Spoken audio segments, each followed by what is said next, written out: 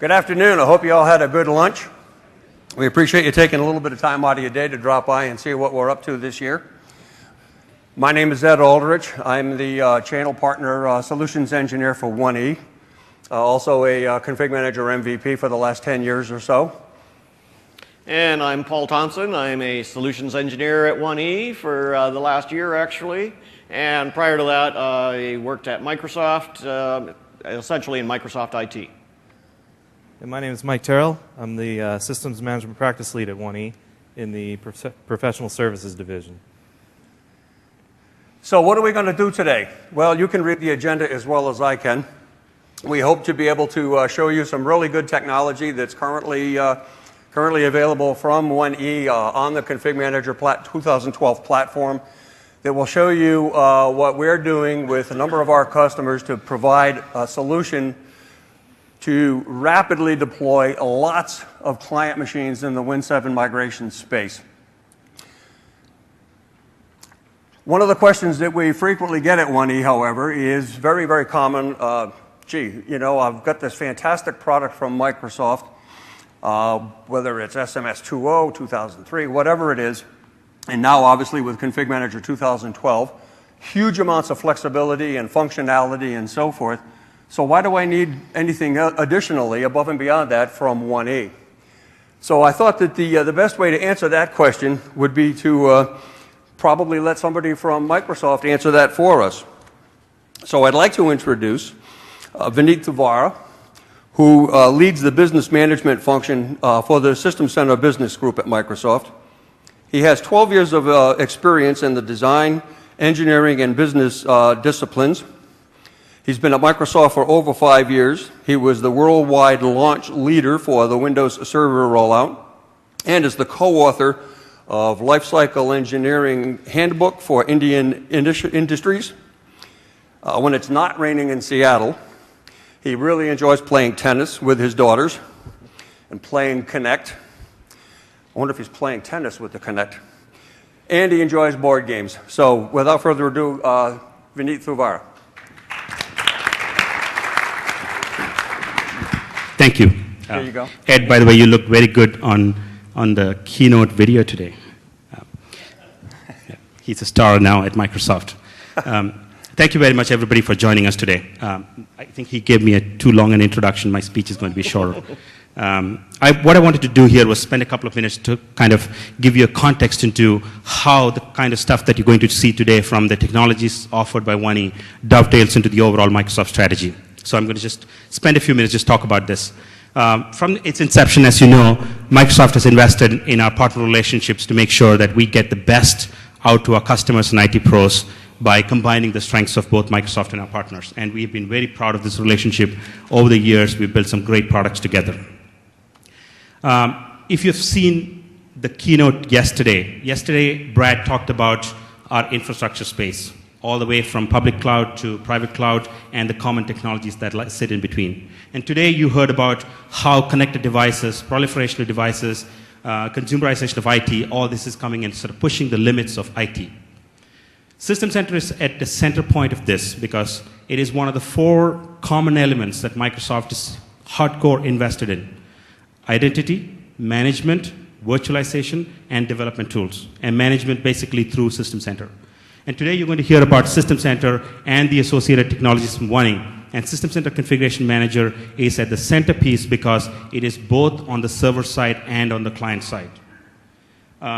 Just to tell you how, and a lot of times people ask, hey, you're going to make these investments in System Configuration Manager, how does 1E add value?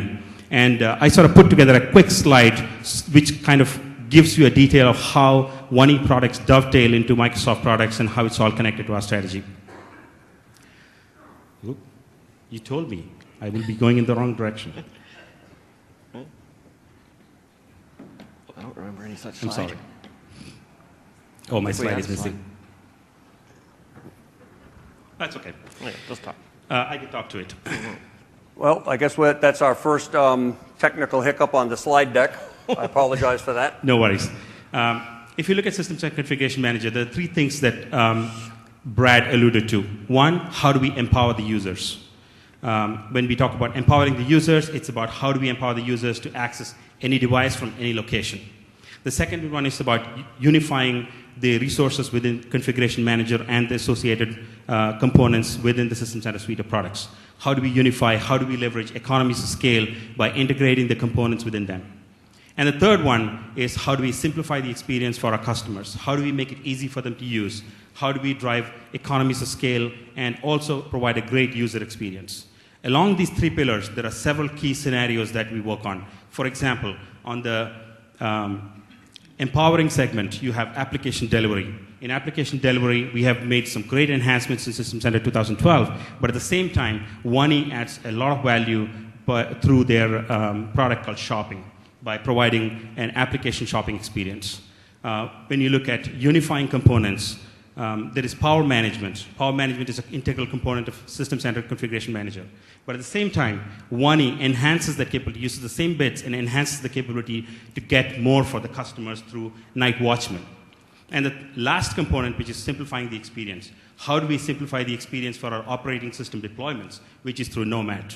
So these are the three kind of products which you're going to be probably seeing today in terms of details, and that's why I wanted to make a connection between how we are invested together in this joint partnership. So we are really proud of this partnership, and thank you for joining us. I hope you have an enjoyable set of demos. Thank you very much. Appreciate that. And again, I'm sorry that last slide update didn't get done like it should have been, and I've already given away the fun slide. So that's a really good, very politically correct, standard partner relationship kind of an analogy, but I have another one that I like that's a little bit simpler for me.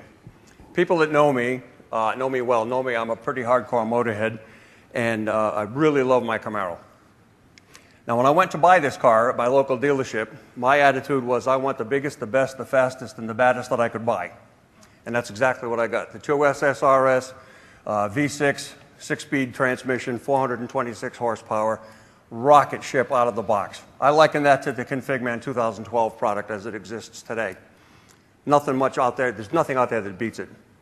However, I did find, once I convinced the wife to allow the budget and a few aftermarket add-on components like tuned exhaust, custom cold air intake, her short throw 6-speed shifter, some ground effects kits, custom wheels, and tinted windows, blah, blah, blah. You see what you see here today, which has an additional 125 horsepower at the rear wheels. It's an absolute screaming street machine, and it eats Mustangs like Skittles. So I'll let you draw your own analogies within the software industry and other systems management products that we can collectively eat like Skittles. And we're going to show you a few of those as we go through our session today. Can I have this clicker, please? Thank you. Also, to just kind of gracefully follow up on a serious note, as Vineet mentioned, we, between 1E and Microsoft and our close relationship, have an awful lot of collateral and material that you can take home and bring back to your own offices or to your customers if you happen to be in the partner ecosystem that's jointly authored and jointly branded between Microsoft and 1E to talk to exactly what we bring value, how we bring value add into the environment, as Vineet has just outlined. And I should also let you know before I get too much farther, this whole session, we're going to try to move this in the interest of time, move it along very aggressively so that we can leave as much time as possible at the end for Q&A, which we'll take from the microphones in either aisle. There's going to be some pretty technically deep stuff going on here, and I'm sure you're likely to have some questions, and you've got some of the best in the world right here. So what are you going to take home out of this whole thing?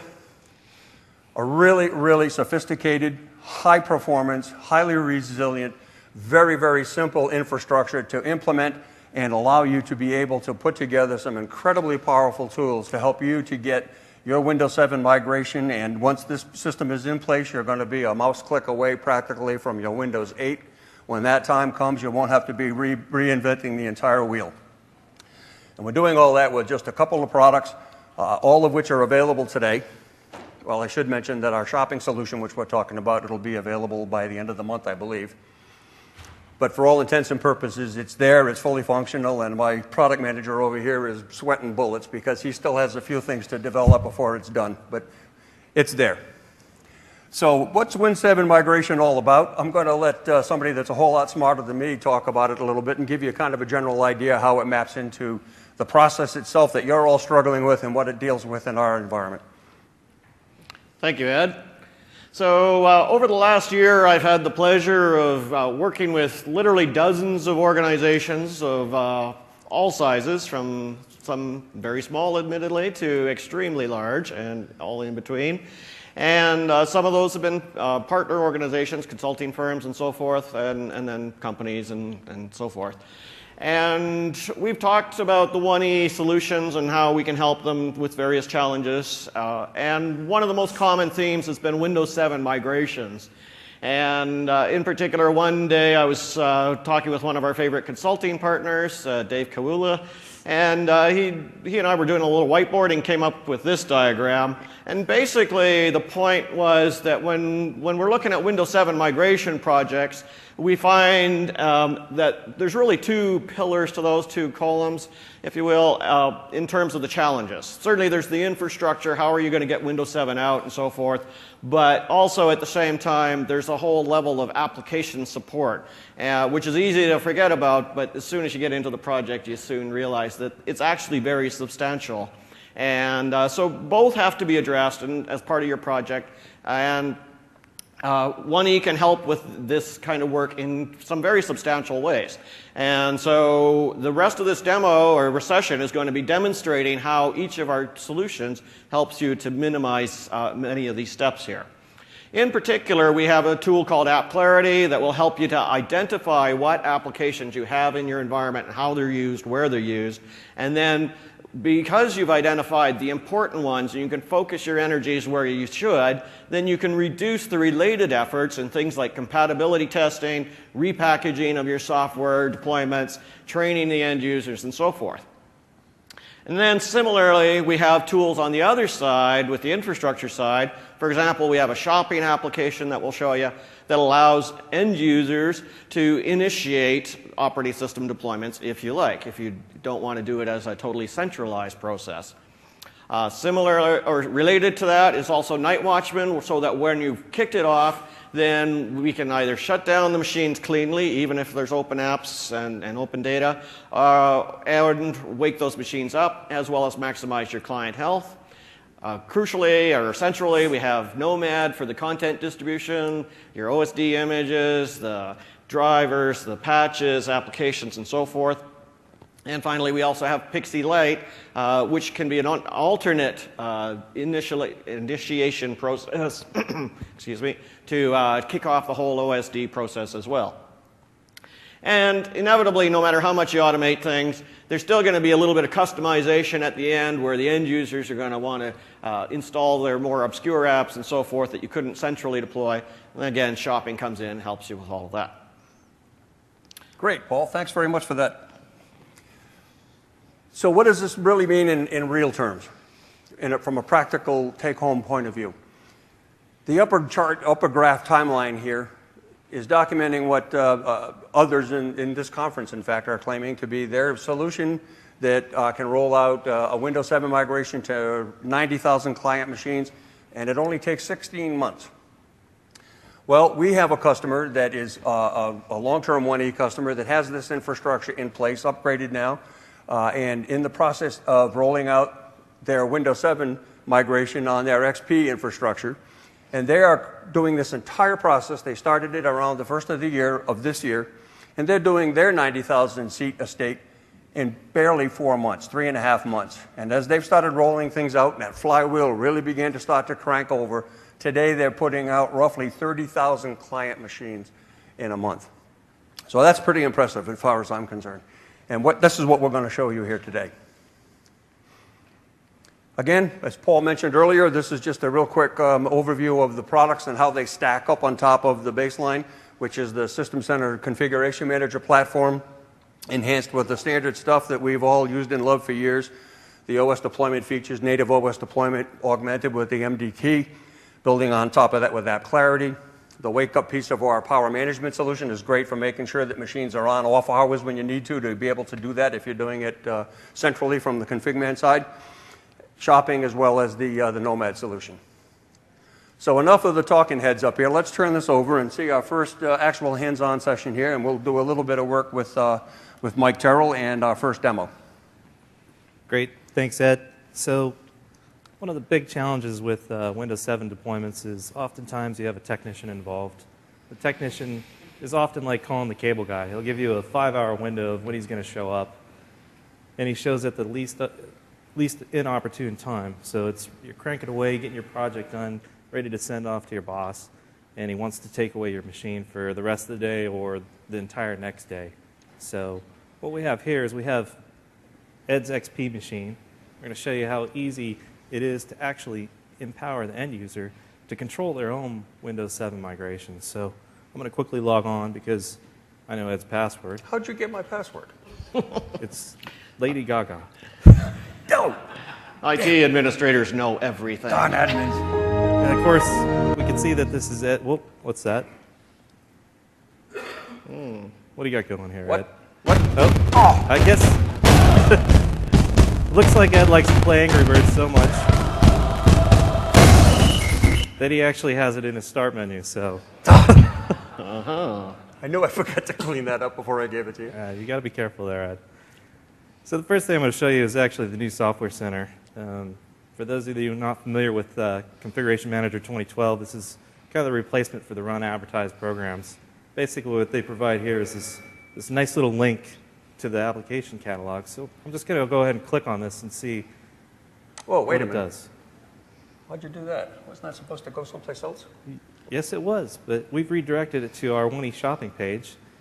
That gives you a nice menu here, and we see that Ed's actually ready to begin his Windows 7 deployment. So, You going to let me do that all by myself?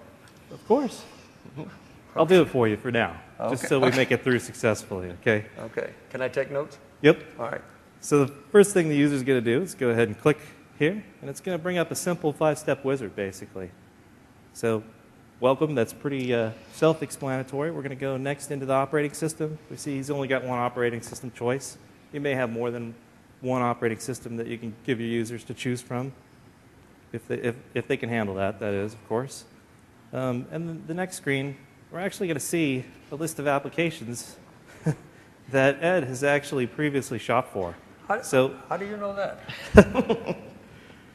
Well, I'm not going to steal Paul's thunder, but through our other tool, App Clarity, it's able to gather the usage and represent it to us in this fancy little wizard. So, Big Brother's everywhere.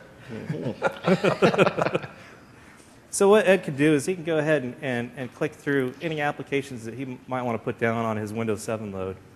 In addition, we have the capability to map like-for-like apps. So Visio Premium 2010 to Visio Premium 2010, or we could even do upgrade of apps. So if Ed was previously using Visio 2007, we might go ahead and replace that with Visio 2010 if his usage is up. If his usage is down, we can actually map that to something like Visio Viewer, and he probably would never know the difference. Hey.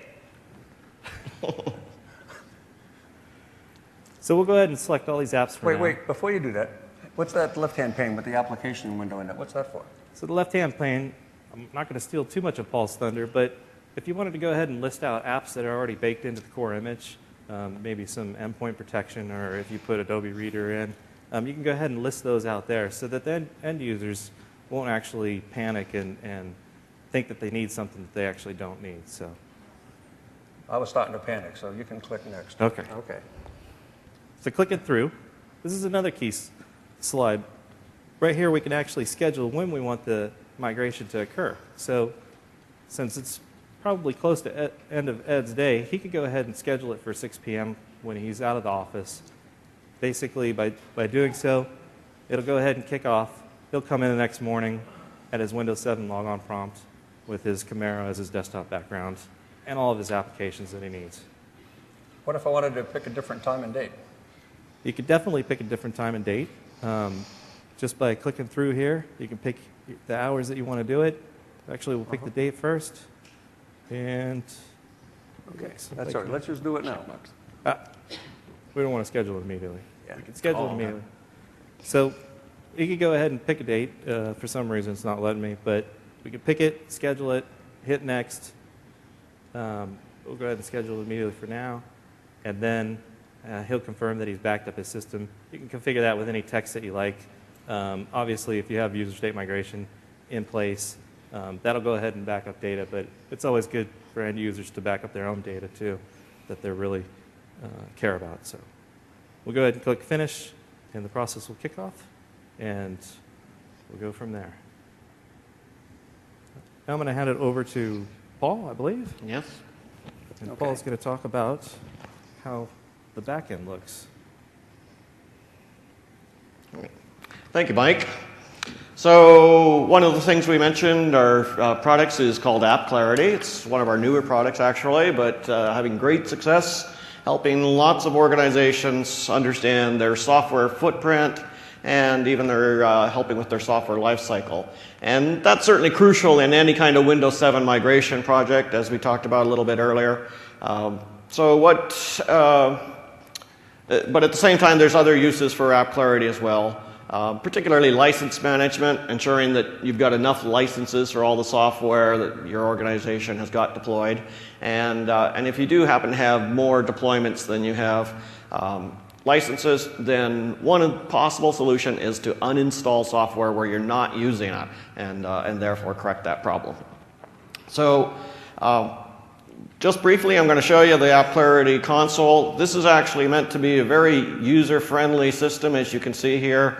All the windows are resizable. We've got a search function. You can jump to particular vendors, software vendors, just by the letter and first letter of their name and so forth. And this is really meant to be used by essentially anyone, probably your license management people, license administrators, management types, but also potentially yourselves as techies if you need to understand software. And of course, you have a database that you can do reports on and queries and so forth. One of the key points that you'll probably see here is that we have vendors on the left, and we have software in the middle there. And in particular, we have this red-green system going on. And really what that means is that if it's green, then you've got enough licenses for that particular vendor for all their different kinds of software. Some vendors, of course, will be red, and then when you investigate closer, you'll see that they have some of their software compliant. And in other words, you have enough licenses for those, but for others, maybe not. And so just as one random example here, we've got Acrobat Standard from Adobe. And this particular case, it actually looks pretty good. We've got lots of green, which means it's well used. But in other cases, such as Acrobat Professional, we might take a look and realize, wow, you know, we've got a lot deployed, but most of it's not even being used. Some has got this yellow, which means it's been used in the last 30 to 90 days, but not recently. And then the green means, yes, it has been used at least once in the last 30 days on a computer. And so we got this quick breakdown, and you can adjust those metrics if you like, of course. But with a piece of software like this, it's a really good candidate to go ahead and do some uninstalling, possibly for that license compliance issue that I talked about, but also in order to reduce your security footprint. If you don't have software installed, it can't be vulnerable to security issues. Also reduce compliance issue. It can't be compatible, or I should say compatibility issues. It can't be incompatible with other software if it's not even installed. So hang on just a sec. That pie chart there on the right with all that red and yellow and green in there, how'd you figure that out? What's that usage business? And well, where's that coming from? That's very straightforward, actually. And one of the great strengths of App Clarity is we work hand in hand with Config Manager. I always like to say that Config Manager does the heavy lifting, so to speak. It pulls in all the data for us from the client level, as well as doing the reclaiming that I'll show you in just a moment. And so therefore you actually get a lot of the work done by Config Manager. That means it's easy to set up App Clarity in the first place and easy to deploy and use. And in particular, what we do, to your question there, Ed, is that we set up a connector. It's just a real simple little definition of where the server is, what the credentials are that we use to pull in from the database, and then we pull everything in there. Once we pull in all that config manager database, you probably know from experience that there's going to be lots of records, as in tens and hundreds of thousands of them, and it's going to be very messy. So what we do is we find software that we call junk. It's not actually useless, but it's it's just not the kind of stuff we really need to focus on. As you can see, long list of it here. Some of it's software updates, hot fixes, device drivers, things of that sort. They are executables, but generally speaking, you don't have to worry about managing them. And we do that by applying a software catalog, which we have spent quite a considerable investment working with our favorite customers to understand their software footprint, develop this catalog that identifies software in a human, meaningful way, strips out the junk, as you can see here, and then leaves us with the useful, the good stuff, so to speak, over here in the main console. But how do you know the usage? Well, the usage comes from software metering data. And that's really straightforward. You don't need complex rules or anything like that. It's just as long as you have the software metering agent enabled, we'll have all the data that we want. And config manager will tell us when the software was last used, and then we categorize it accordingly. So if I understand that analogy right, it would be as if I was in my native config manager system, and I enable my software metering agent component, Right. and I defined a rule for every single application in my entire estate, and turn that on and gather up that. But would that be like a similar paradigm that we're talking Well, about except here? you don't have to define the rules. As soon as you enable a software metering agent, config manager is going to watch everything, really, as far as executables go, and tell us when it was last used. So I can get all of that without having to actually define rules. Yeah, exactly. All right, I'm liking that already. Yes, indeed. So it's easy enough to see what is happening with our software. We might then say, okay, with this particular piece of software, I do indeed want to uninstall it. With those machines where it was read, in other words, we have no record of it ever being used, we would go ahead and make that a mandatory uninstall, so it's silent behind the scenes. For the rarely used, we might make that optional because we're not really confident, so we better check with the users. And then it would go ahead, and as that runs, it will even return status, as you can see over here, so that the person can see how it's going. And one of the great things about this is that as we do this, it all happens automatically. There's no intervention by you as the config manager administrator in order to do this. All we would do is set up one package on your config manager server. That's what we call the reclaimer. It would have 2 programs and 2 advertisements, and therefore potentially either 1 or 2 collections. And that's it. No more proliferation of objects and so forth to do all the uninstalling that's needed, regardless of whether you're doing tens or hundreds of uninstalls. And the reason for that being that the reclaimer will run on the client, it'll talk back to the app clarity server to say, hey, I'm running on machine X. Do you have anything you want me to uninstall? Most of the time, it'll respond back and say, no, you're good. But if there is something that needs to be uninstalled, reclaimer will go ahead and do it. And it'll even automatically calculate the command line to do that uninstallation and so forth. So it's very low impact from an administrative point of view. So I don't have to go through the process of having to define an uninstall program for each of these over on the config Exactly, manager yeah. side? You don't have to have separate packages or advertisements or all that kind of stuff. Sweet. There admittedly may be occasions where the automatically defined deinstallation command is not enough, right? Because certainly some software, some package is complicated. And in our experience, that's probably in the 60 to 70% range of different pieces of software. But in those cases, we have the option of having an override command line. That's the only thing that has to be specified in the App Clarity console here. It's still no more advertisements, no more packages, and so forth. So it is still very simple. And that takes care of that scenario for you. When we do those optional uninstalls, what would happen is the reclaimer will pop up. There we go. And that would look very much like this dialog box here that you see. Normally, of course, you wouldn't run it from a command line. It would be an advertisement. But as you can see, this is just a simple dialog box. It's meant to be very user-friendly. It's got some customizable text that explains what's going on. put your corporate logo on, and so forth. And it lists the top 3 applications that the user, that's on that particular machine that the user is not getting good value from. So in this case, we can see Adobe Acrobat. It's worth a couple $100. They haven't used it in over 3 months. So yeah, why not go ahead and remove it? Or of course, remove later if the user happens to be busy at the moment. And then the third option is, well, yeah, I haven't used it lately, but I will use it. The user puts in some kind of excuse and says, don't nag me, and sure enough, it drops off the list there. So, through that way, you can automatically clean up your software footprint, but at very low cost to you as the administrator. In fact, you don't even necessarily have to be involved. It could be the license administrator, software administrator, someone else like that. So how does this all tie in with the shopping business? Aha, you want to get into the technical details. Yeah. Okay. Well, what we would do is we would find the software that we're interested in. And just for example purposes here, we'd say, well, maybe it's Reader. So this would be one of the administrator tasks, is you'd go into the App Clarity console, you'd see, okay, well, let's go ahead and what we want to do is deploy Acrobat Reader 10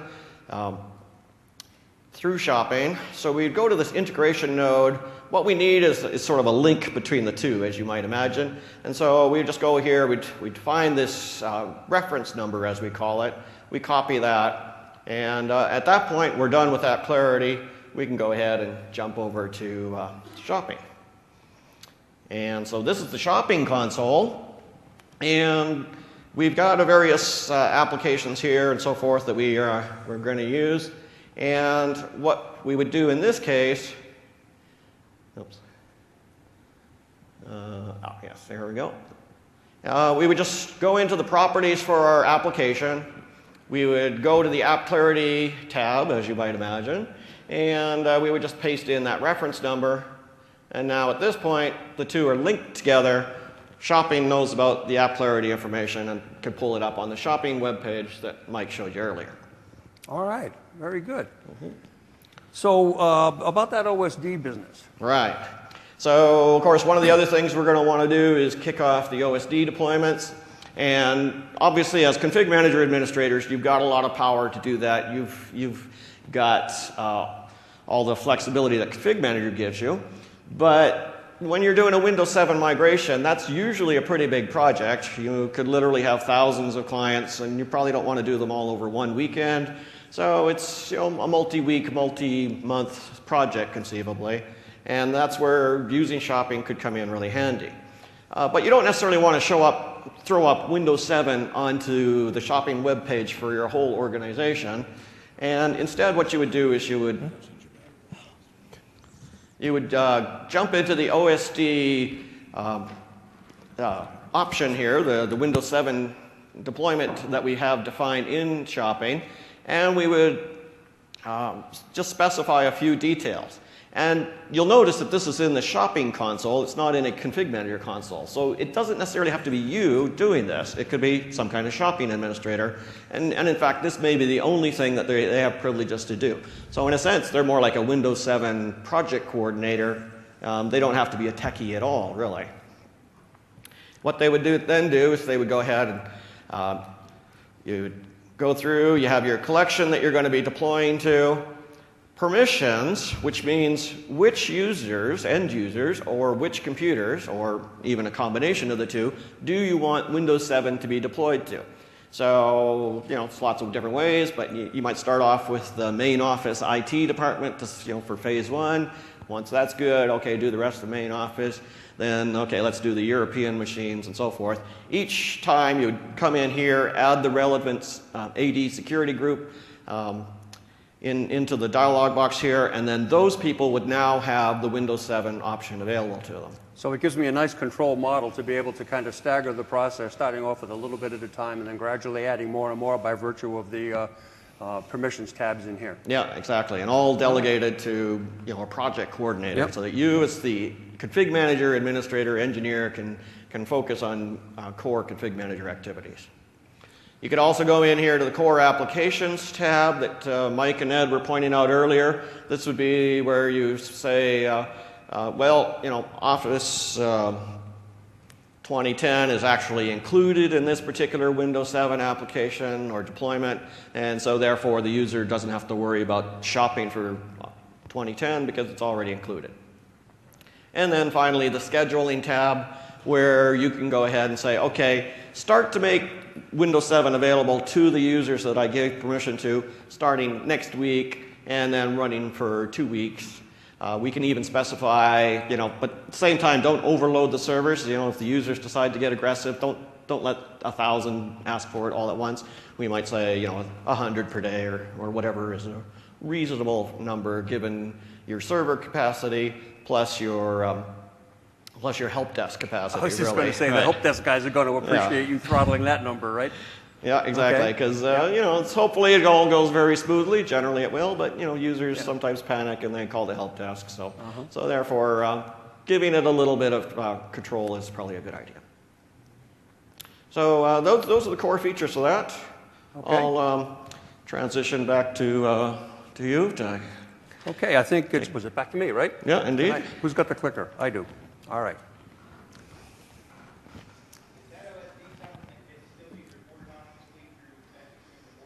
If you don't mind, I'd like to hold the questions till the end because we have a lot to cover and we're going to make sure that we leave time for questions at the end, okay?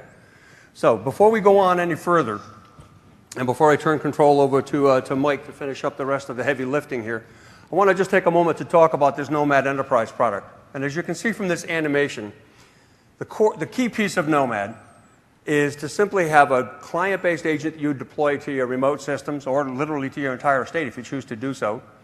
And at that point in time, with virtually no configuration or no setup or anything other than flipping toggling a tab in the package property on the config-man side, you enable the Nomad agent.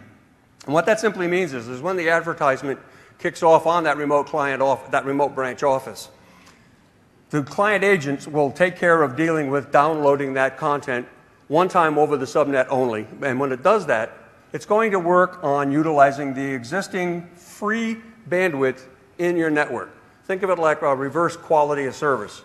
We absolutely always defer to the business traffic first. And whatever's left over, we'll slide in underneath that and bring down the content to the local machine, at which point the system will take off and handle the installation at that point in the process. It's fully, completely integrated with the config manager client as well, so the two of them can work together and bring that down without impacting your network.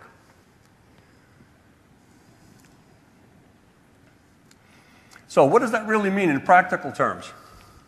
Well, this is an actual diagram of one of our customers that this was actually part of their SMS 2003 to 2007 migration project. And this is what their environment looked like beforehand. And as you can see, there's an awful lot of noise on that graph. A lot of data centers, a lot of servers, and a lot of resources that require a lot of babysitting. And you're all going to be clearly in the business of looking at redesigning your existing hierarchy and infrastructure as you move in to the Config Manager 2012 scenario, which is the absolutely perfect time to be thinking about rolling in Nomad as part of that process. And to show you what the implications could be, if you unfortunately look something like that, that's what that customer looks like today and what you could look like using your using Nomad. They brought that system down to a total of, 6 systems altogether and 3 site systems. Pretty impressive. So enough out of me. Let's hand the rest of this over to Mike, and let's show how this whole thing all comes together and get this down to the client machine. Great, Ed. So one thing I wanted to point out, we're actually running on RTM code of Config Manager 2012 here. So this is actually the release version. And the next thing I'm going to show you is how simple it is to integrate Nomad into the OSD process. For those of you not familiar with this is the new node where you'll actually find your operating system task sequences that you can go in and click on. And I've already clicked on one here for screen resolution that I'm going to pull up, and it's the familiar editor that was in 2007. We've added a couple new snap-ins down here called Nomad Enterprise. So some basic actions that we can add anywhere throughout the task sequence for the action that's required. The first one here, install and configure Nomad Enterprise, is a simple tab that allows us to install Nomad while running under Windows PE. Why do I care? What's cool about that? So what's cool about that is we get the full functionality of Nomad under any OS. We can do it under XP, Windows 7, and WinPE. What this does for us is it allows us to keep a single task sequence, and we can get the content dynamically using full Nomad capabilities at any point in the task sequence. We've created another new step here called pre-stage content using Nomad Enterprise. What's different about this is we can actually get the critical components of the OSD process, meaning the image, the boot image, the Microsoft Deployment Toolkit files, and we can get that on that machine at the very start of the process. If it's not available for some reason, we can gracefully exit out, and we didn't leave that machine in an interoperable state. So this is very powerful. Our next action here is one that we've had, but we've actually expanded on this a bit. So this gives us the ability to save off the Nomad cache. So had Ed shop for Office 2010 under Windows XP, it would still be in his Nomad cache. Of course, if it wasn't in the core image and we layered it on after the fact, that's a lot of content to move around, even getting it on the local area network. What this does is it gives us the ability to actually save off that cache into the protected space so that when we get into the state restore phase and we install Office 2010, it's installing it right off the local disk. Same holds true with all of the other content that we actually pre-staged. So the WIM file, drivers, MDT toolkit can all actually be installed directly off the local disk, which is much faster than even getting it from a peer and way faster than getting it from a distribution point. And when you say that we're moving the Nomad cache over there, you're actually also saying that the config manager cache, right? Because we have hard links between the Nomad cache and the config manager cache, essentially making them equivalent. Exactly. So anything that Nomad gets, it automatically puts it into the config manager cache. So even if it gets wiped from the config manager cache, it'll still be in the Nomad cache, and we can actually save that. One other point to note is you can't natively move the config manager cache today as part of the OSD process. So without Nomad, this isn't possible. So that means with Nomad, you're going to be dramatically faster with your OSD deployments, if only for that reason by itself. Exactly. So let me outline another scenario, is what we're calling a rebuild scenario. Say a machine just blue screens. It boots up, it blue screens. Using Pixie Lite, we'll be able to F12, Pixie boot, boot up into WinPE, actually detect that the Nomad cache is still there, and reinstall that system completely from the cache at that point. That'll get the end user back up and running in the shortest time possible. The last thing I wanted to point out was the fact of something that's missing in 2012. So the distribution points changed, and everything is download and execute now with the new content library and the single instancing on the DPs. Many of you, with 2007, had the ability to actually run from DP because that was an advertisement property option, which is not available today. But we felt that that's extremely valuable to have. Maybe you have a little tool, a little utility, or something that you just want to run from a DP. So we've added a new snap-in called Enable Run from Distribution Point, and then run your actions, and then turn it back off and disable Run from Distribution Point. Nice. Okay, with that, I'm going to turn it back over to Ed. All right.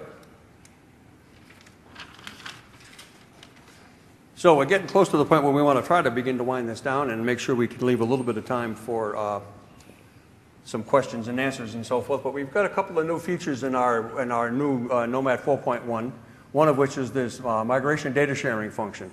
So, Mike, you want to talk a little bit about that? I'm sorry, Paul, would you give us a little update on that? Sure. What does that mean? Yeah, well, I don't pretend to be an OSD specialist, but at the same time, I've heard the OSD story many times in many different places, and you know, Nomad has been a great solution for many organizations in the sense of no matter how remote your locations are, we can help you to get the content out and when you're rebuilding those machines.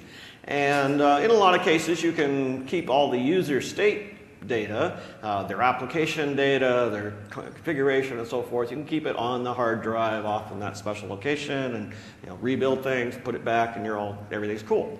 But there has been a challenge for all of us in a few scenarios where we actually wanted to totally reformat that machine. And so what are you going to do in those remote locations? And that's, obviously you don't want to deploy servers just for that short period of time, but there wasn't really any good alternative. And so we're excited to say that we now have this solution here in Nomad with NMDS. And in particular, what would happen is that you would have this user decide that they want to be migrated to Windows 7, or of course that might be kicked off by an administrator centrally. And we go ahead, we're rebuilding the machine and so forth. But before we do that, we want to save off the user state migration, so we do an election. We select a machine based on the best criteria to serve as a sort of temporary little file server, all very highly secured, of course. And then what would happen is the OSD sequence would copy off this user state data to that machine, and which of course is a peer client. It could be an XP machine, Windows 7, whatever. It's not a server in any sense. That machine is then totally rebuilt with the new operating system. The user state is migrated back, so now they've got all their application and configurations and so forth. And that's all been completed locally, all on the subnet, no additional traffic over the wide area network in either direction. And all this comes from just that basic agent that we deployed way back when, just to support our whole software distribution model entirely. Yeah, exactly. That's thanks to Nomad. Sweet. Okay, so the next enhancement we have is what we call Pixie Anywhere. So for those of you familiar with Pixie Lite, there are several challenges with the native solution. It requires Windows deployment services, which actually runs on a server. You can't run it on a workstation unless, of course, you install a server OS on a workstation. Further challenges are the boot traffic that needs to get to that server. So chances are, if you have multiple subnets, you're going to configure multiple IP helpers to actually point to that Pixie server. What Pixie Lite addresses is it turns any ordinary workstation, could be a desktop, could be a laptop, into a lightweight Pixie boot server. Some of the challenges with that are you might want to deploy that out throughout your enterprise and not have to worry about it at all. And that's what we have with Pixie Lite. It leverages the intelligence in Nomad for a dynamic election process to determine which system actually wants to Pixie boot. These systems will actually phone back to see if that system that wants to Pixie boot is actually provisioned to Pixie boot, and then it'll actually serve up the boot image. So as you can see, no content data has gone across the WAN link, which saves a ton of traffic. Basically a phone home to make sure that the machine can actually boot, and the boot image is actually served up locally. And the administrator didn't have to do any pre-configuration. He had to deploy Pixie Lite in a standardized format to all of these machines, but he didn't have to designate one as being the Pixie server or anything like that, right? Exactly. So the other challenge, too, is you say, well, why can't we just deploy it to all systems? Well, when you deploy it to all systems, it gets very chatty on the network, and it may or may not work. So making sure that only one system actually responds to a boot request is really required in order for the solution to be robust for the end user experience. And that's where the elections come in. Exactly. Great. All right. So we're starting to wind it down a little bit here. What are some of the benefits of this approach? I hope it's become a bit obvious after what you've seen here. We're providing you an awful lot of features and functionality and time without the requirement for servers and impacts on your wide area network or any of those types of things. Put it out there and it just works. And what do you end up with at the end of the day?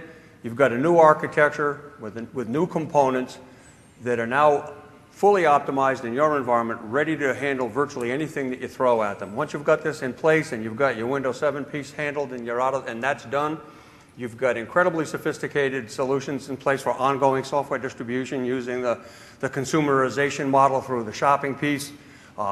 routine security patch updates, any kind of software distribution and so forth with Nomad. Lots of abilities around app clarity for application usage, license management, the whole bit. So what I'd like to do to kind of wrap this up is I'd like to have an opportunity for some of our customers to actually come up and take a moment to talk a little bit about what they're doing. So the first person I'd like to bring up on stage, before I forget, yep, here we go. One customer, you remember that double line graph I showed you way back at the beginning, 90,000 machines in 4 months' time. Here it is. That's our existing customer, Verizon Wireless. And you can see they're saving close to $8 million a year utilizing this.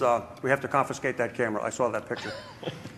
Saving close to $8 million a year utilizing this infrastructure.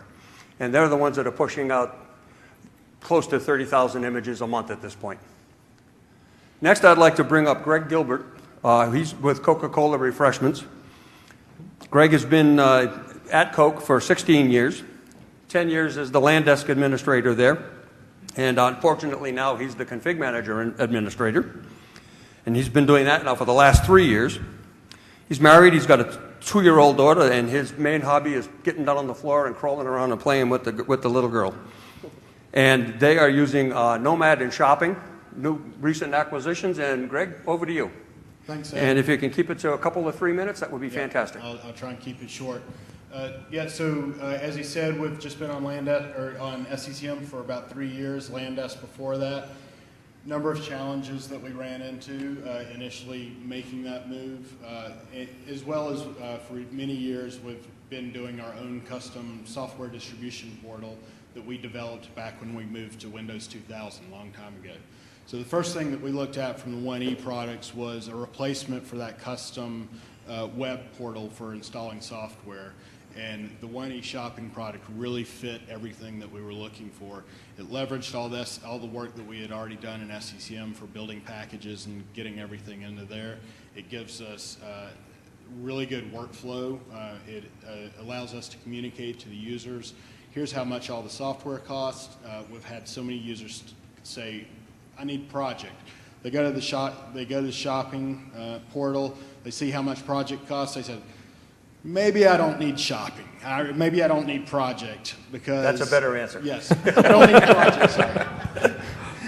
Maybe I don't really need project because it costs a lot of money. I just really need to view a couple of project plans a month, so I'll just have somebody send it to me in a PDF. And so they're not installing software that they don't need. Previously, they had no concept of how much the software costs. It also allows us to do multiple layers of approvals, so anything that costs money, their manager has to approve. It just pulls that information right out of Active Directory, so it's easy for them to get the information. And for application owners who want to control who can install their application for security reasons or whatever, they can be put on as approvers as well. So that's been working great for us with a very soft launch, not really communicating it to people except for basically saying, you go here, try our new app store and install the software that you're requesting. Last year from August, when we implemented it in July, started really using it in August. From August till December, we averaged about 120 installs a day from shopping with really no communication really to do a hard launch of it, to get it in people's face. And it's picked up even more since then, since we've been communicating it. So that was kind of the way that we piloted it. The next problem that we were running into was when we had LANDESK, they had a peer download functionality that worked great for us. It really saved our network when we were doing software pushes and especially security updates. When we moved to SCCM, that was one of our biggest challenges, losing that functionality. We evaluated a few different things. We played around with BDPs, didn't like having to manage all that content and all those PCs, finding a PC that's always going to be up. We then tried using wide area acceleration services devices that we had just started deploying as part of a server consolidation project where they're putting everything in the data center. Those did not work well at all. So we really, that's when we looked at the Nomad product, and we've in looking at that, it was much cheaper than deploying hardware solutions or upgrading the wide area devices, and and much faster to deploy. I mean, it really, they came in December, and about 3 weeks later, we had the Nomad client deployed to everywhere in the company.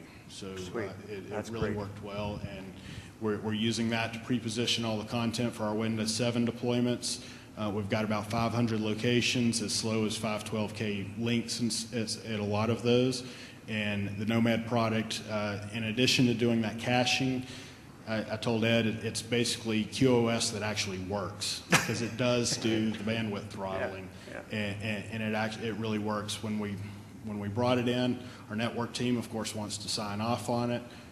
One of the easiest sign-offs that we've ever gotten from our network team. You know, SCCM always gets pointed at first thing. Hey, our network's you mean you're slammed. number one on the network guy speed dial, right? What did you just do? Yeah. If the network's slow, the first thing they do is like, what are y'all pushing? Yeah. And since we've rolled this out, we have not been getting those phone calls. Great. So, great. Thanks very much, Greg. Thanks. Lastly, I'd like to bring up a good friend of mine, Scott Ewing from Portland, Maine, with Unum Insurance Company. Scott's been an employee at Unum for the better part of 30 years. He's been with SMS since 1.1, so he's been around almost as long as God himself, I think. He's married, has a couple of grown kids, and he really likes to travel. And obviously, without having to babysit the environment, he can actually go away without being on call. And they are using our shopping and our Night Watchman power management products. Scott, 2 minutes or so? Yep, thank you, Ed. We have about 12,000 seats. We're long-term 1E customers, very happy with the company, very happy with the technical support we get at the company also. I just thought I'd throw that out. They're always there for us. Support guys will appreciate that. Yeah, so we started with Night Watchman and Wake Up to save money with power, and also to shut the machines down at night back in the XP days, so that when we woke them up to do a software distribution, we knew they were in a nice, clean, known state. And that improved our software distribution's success significantly for overnight software distributions. We then got into the shopping game. At the time we decided to buy shopping, we were doing about 10,000 one-off installs via our desk side people, mostly through SMS remote control. We put in shopping. We're now doing about 24,000 installs per year using shopping. So that's been very successful for us. And I kind of wish we hadn't done our Windows 7 deployment already, because these tools would have been great. One thing we used shopping for, I just wanted to point out, was we pre-cached all the content. Unfortunately, we didn't have Nomad. Hopefully we can remedy that. And then at the time we did the Windows 7 deployment, we did just-in-time deployments by having the end users shop for Windows 7. They then went to a 2-hour training session, which was mostly about the new version of Office they were getting. And while they were in their 2-hour training, shopping kicks off the OSD, and when they got back to their desk, they had Windows 7. Great. Thank you very much, Scott. I appreciate it. So that pretty much wraps up the formal part of it. There's just a couple of last-minute pieces of housekeeping. If you are on the confirmed list for the 1E party tonight, you'd best be getting by the booth and getting your ticket, or it'll go to somebody else. So without further ado, we'd like to thank you all. We'll be at the House of Blues at the Mandalay Bay tonight, for those of you with one of these.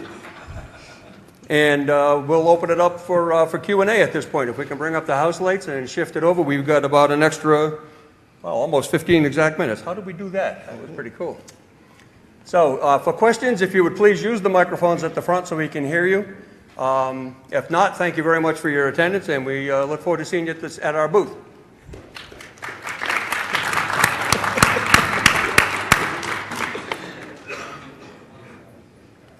There was a question about reporting earlier. That person would care to repeat it? No? He's shy. Okay. No. Oh, we have one. Look, we have a winner over there. Yeah, and just to address the question for everyone else, to repeat it, I think the question was, can you use config manager reporting, status reporting and everything for following all the Nomad activities and so forth? And the answer is yes, definitely. It's highly integrated, fully integrated with config manager itself, so all that data is flowing through the usual reporting status.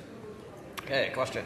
Hi guys. Just like to ask a question about how, when your Nomad local client distributes the user state data to another machine on the same subnet that's been elected, how resilient is that, and how much data can be moved? How long does it take? Does the user get an idea of that's actually happening and a progress indicator of any kind? Short, simple answer is it works just fine. In the process of doing that, I'm trying to migrate my data, and I'm looking for somebody that can handle it. I'm going to basically have a conversation with everybody on the subnet. I'm going to try to. I have to find a machine that obviously has adequate disk space to hold it, and obviously, if I can't find one, well, then at that point in the process, we can't move the data, so we would abort the OSD process entirely. But generally speaking, we're going to be more than adequate opportunity to find machines that can handle that. Okay, so if partway through the receiving machine gets powered off, what happens then? Does the whole thing fail? Does the user get some sort of exit point? Or are they left with an unusable machine? No, I believe the proper answer to that is somebody jump in and help me if I'm wrong, because I've got some heavy, smart guys in the front here. But at that point in time, if that transfer process aborts midstream, the whole thing just backs right off. Yeah, it depends upon how you configure it. You can actually configure in a little bit of redundancy in there so that it'll actually kick off the process again and look for do another election to look for a better agent to dump that data to. Right. Is it actually moving the USMT MIG files or the hard link files, or is it creating its own migration data? Yeah, we just leverage USMT or whatever backup solution you're using, so it'll just move those copy those data over the network. So it's all still encrypted on the receiving end as well? Yes. Fine. Yeah. And also to clarify, when looking for the agent that serves up the NMDS data and so forth, the role, that's done through an election process, and one of the criteria for the election in terms of who wins that election is simply going to be, one of the factors is simply going to be, does it have enough disk space, right? Obviously, you're not going to win if you don't have enough disk space in the first place, and therefore the process isn't going to start with using that machine. Great, thanks guys. Okay. Okay. Looks like that's all the questions. So we'll call. Okay. No. There's Oh, I'm someone sorry. Yep. Oh, you're right. That's it? Yep. All right. Very well. Thanks very much.